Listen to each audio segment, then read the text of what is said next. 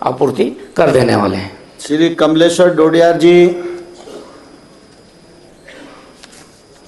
प्रश्न क्रमांक 2246। माननीय मंत्री जी। माननीय अध्यक्ष जी, उत्तर सभा पटल पर रख दीजिए। सदस्य पूरक प्रश्न करें। सर, ये 2023-24 में कुछ काम शुरू हुए थे जो अभी तक पूरे नहीं हुए, तकरीबन 1.25 साल हो गए हैं। जैसे इसमें मैं 2 चीज़ आपको बता रहा हूँ। बाजना जनपद के अम्बापाड़ा कला में 2023-24 में सीसी रोड शुरू हुआ था जो अभी तक पूरा नहीं हुआ है। इमलीपाड़ा कला में मोटर लगाने का, पानी की व्यवस्था करने के लिए पाइप मोटर पंप की व्यवस्था करनी थी। 2023 में इसको खरीदा था और खरीद करके उसमें ट्यूबवेल में डालना था, वो भी अभी तक पूरा नहीं हुआ। इमलीपाड़ा कला में सीसी रोड काम 2023 में शुरू हुआ था, अभी तक उसका पूरा नहीं हुआ। ऐसे बहुत सारे काम है माननीय अध्यक्ष महोदय जो आपने जानकारी दिया है, तो इतना समय क्यों लग रहा? माननीय मंत्री जी। माननीय अध्यक्ष महोदय, 15वें वित्त का और 5वें वित्त का पैसा सीधे सरपंच के खाते में जाता है।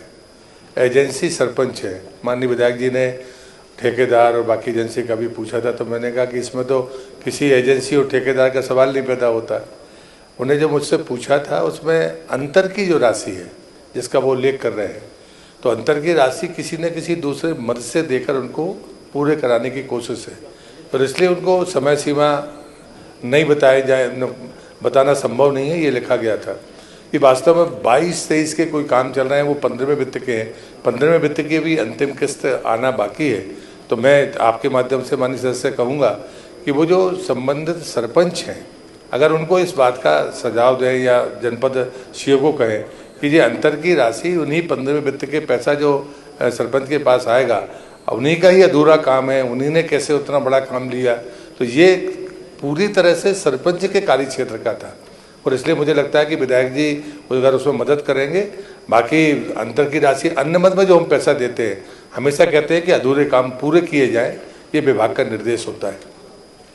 कमलेश्वर जी।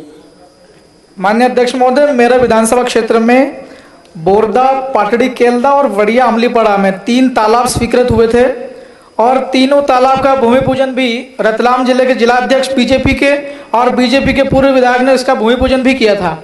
लेकिन हमारे रतलाम झाबुआ के सांसद महोदय ने इसको निरस्त करवाने के लिए चिट्ठी लिख दी और आपके शासन स्तर पर इसको निरस्त भी करवा दिया। जबकि माननीय अध्यक्ष महोदय, सेलाना विधानसभा क्षेत्र में 3 तालाब बनाए जाने चाहिए थे। इनकी साइट, इनका स्थान बदल करके रतलाम ग्रामीण में कर दिया। माननीय अध्यक्ष महोदय, ये वैसी साइट है जहां पर आसपास के 3-3, 4-4 गांव के पशु, गाय, बैल, बकरी, ये जानवर भी पानी पीने के लिए तरस रहे हैं। तो माननीय अध्यक्ष महोदय, मेरा आपसे अनुरोध है इस प्रश्न में कि इन तीनों जगह पे तालाब स्वीकृत कर दिए जाए और तीनों जगह पे तालाब बना दिए जाए। माननीय अध्यक्ष महोदय, मैं भारत आदिवासी पार्टी का हूं, मेरे साथ और वहां की जनता के साथ भेदभाव नहीं है, जानवरों के साथ भी भेदभाव हुआ है। माननीय मंत्री जी, अब गाय के साथ भी भेदभाव हो रहा है, गायों को पानी पीने के लिए नहीं मिल रहा है। ये 3 साइट है और तीनों साइड पर अगर तालाब बनता है तो कम से कम हर तालाब पर 3-3, 4-4 गांव के जानवर भी पानी पी सकते हैं। कमलेश्वर जी, प्रश्न आ गया है। माननीय अध्यक्ष जी, जो उन्होंने बात कही है उसको मैं ज़रूर दिखवा लूँगा, और जलगंगा अभियान फिर से शुरू होगा तो मुझे लगता है अगर वो सरपंच अपने पोर्टल पर उसको डालेंगे, मुझे लगता है कि ऐसा भेदभाव अभी तक पहली बार चर्चा में आया है, तो उसकी तो मैं जानकारी ले लूँगा। लेकिन जलगंगा अभियान की तैयारी शुरू हो गई है, उसमें अगर वो पोर्टल पर डालेंगे तो किसी से बैर नहीं है, ये तो अच्छा काम है, इसको करने में कोई दिक्कत नहीं है। धन्यवाद सर।